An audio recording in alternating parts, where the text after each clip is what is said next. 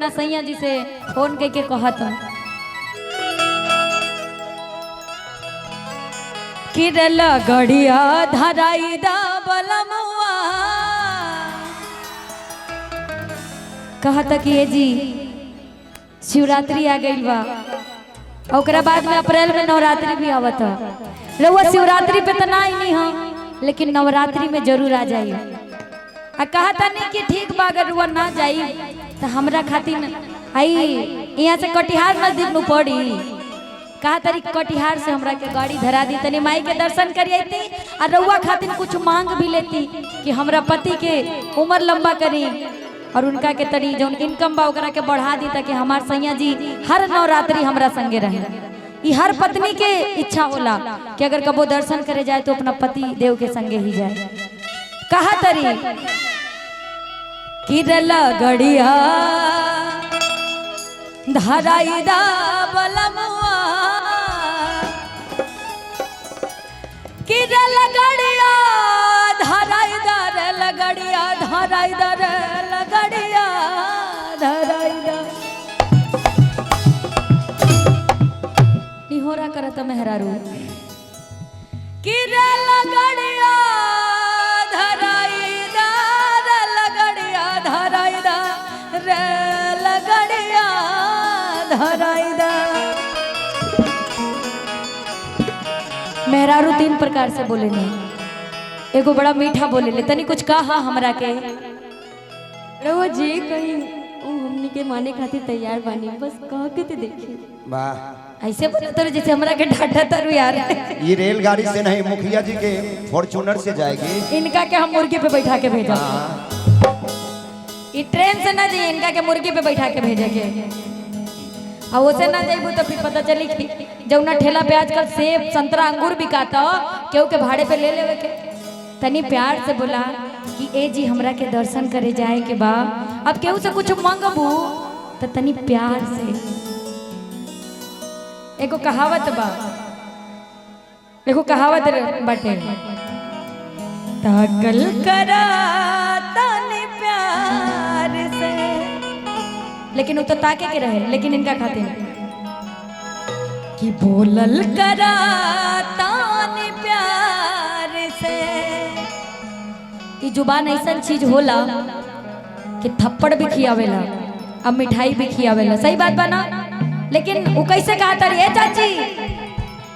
हमके लगा था चाची भी कबो चाचा के कहले हुई कि तनी ए बुढ़ऊ सुनी ना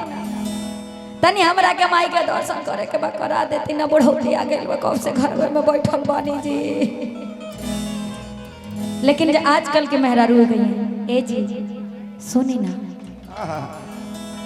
कि गड़िया और धराई दा बलम जी रे लगड़िया धराई दा। ए चांदनी तू साइकिल से ही बुका हम चाह के चांदनी कितनी बुला दे। अच्छा चांदनी यादव जी आई जी चांदनी से आग्रह किया जाए। चांदनी यादव जी चांदनी यादव चांदनी मिश्रा चांदनी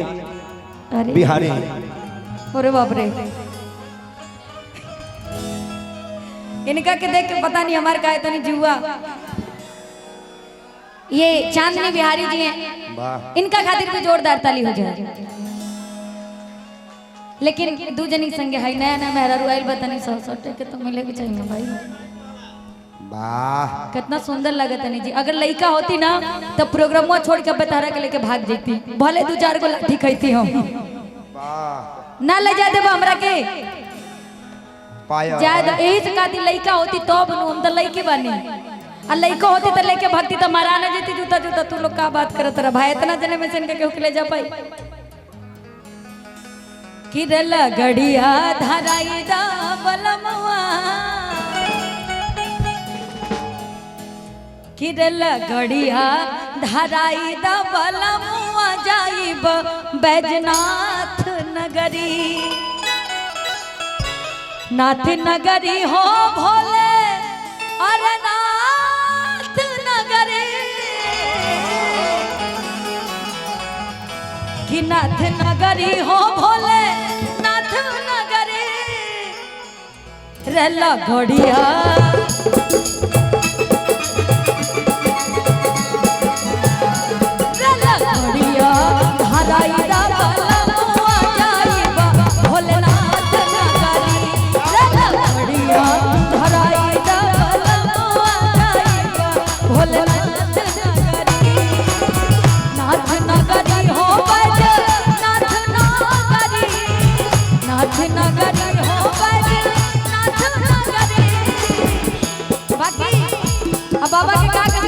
बा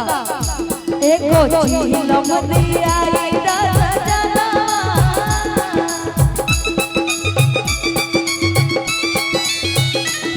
कहा तारी की चिलम ऐसे दीवादा के साथ बाबा के चिलम चढ़ाई बाबा खुश हो जाइए सब जाना था कि बाबा चिलम के बहुत बड़ा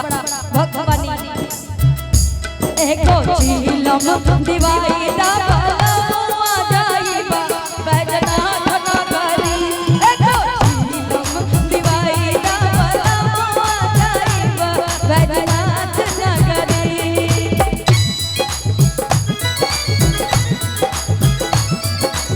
क्या बात है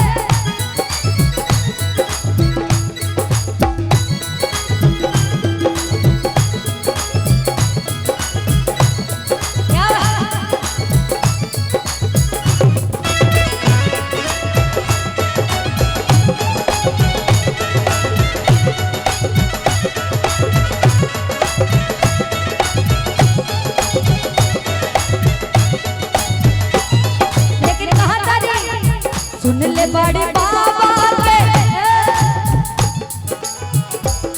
ले सुन ले बड़े बाबा के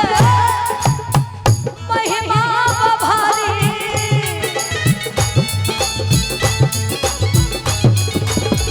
सब कर सुने ला सुनिए हमरो ने पुरारी क्या बात है कहा तारी के बाबा सब कर सुने ला सुन ले बने बाबा के महिमा भारी सब कर सुने ले सुनी है हमरो के पुरारी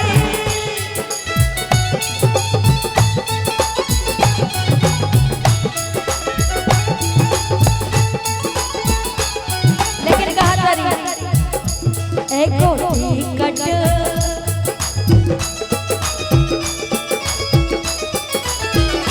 टिकट कटाई ना बलमुआ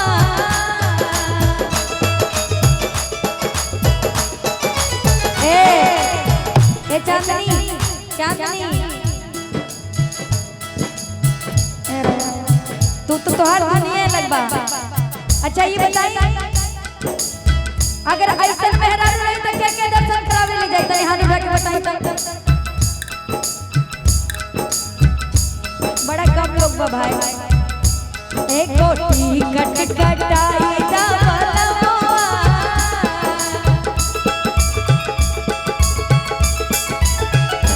टिकट कटाई दा सैया टिकट कटाई दा राजा टिकट कटाई दा ऐसे के भूत लवेला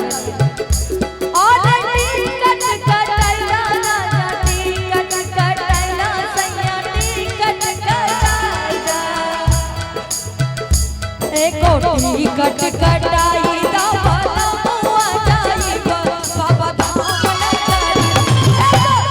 टिकट कटाई दा बलमुआ जाइबा बाबा धाम नगरी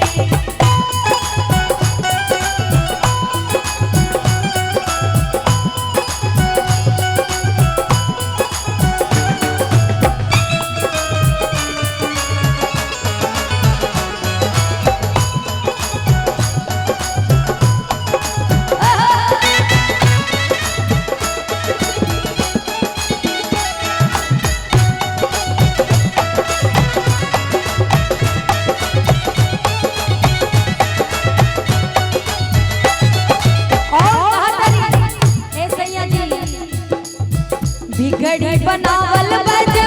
नाथ जी के नामवा